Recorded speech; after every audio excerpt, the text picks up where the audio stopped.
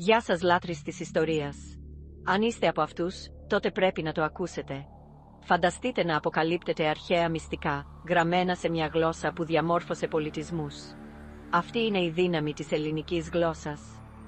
Καλώς ήρθατε σε ένα ταξίδι μέσα από την ιστορία της, όπου κάθε γράμμα διηγείται μια ιστορία και κάθε λέξη κουβαλά το βάρος αιώνων.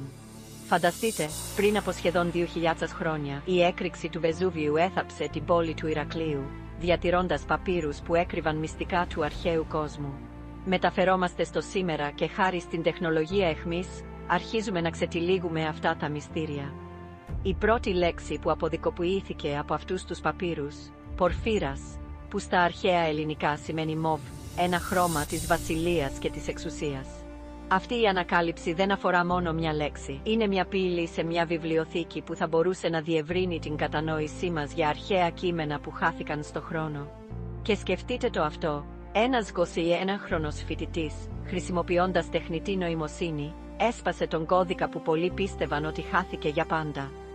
Επομένως, την επόμενη φορά που θα ακούσετε μια ελληνική λέξη, θυμηθείτε, δεν είναι απλώς μια γλώσσα, αλλά μια ζωντανή γέφυρα προς το παρελθόν μας, φωτίζοντας τόσο το που βρισκόμασταν όσο και το που κατευθυνόμαστε στην ιστορία της ανθρωπότητας που ξεδιπλώνεται. Φανταστείτε να ταξιδεύουμε πίσω στο χρόνο, πάνω από 2.000 χρόνια πριν. Περπατάμε στους ίδιους δρόμους που περπατούσαν ο Αριστοτέλης, ο Περικλής και ο Ιπποκράτης. Είστε έτοιμοι για ένα ταξίδι στην αρχαία Ελλάδα. Στην καρδιά της αρχαίας Ελλάδας, 3 θρυλικές μορφές διαμόρφωσαν τα θεμέλια του δυτικού πολιτισμού.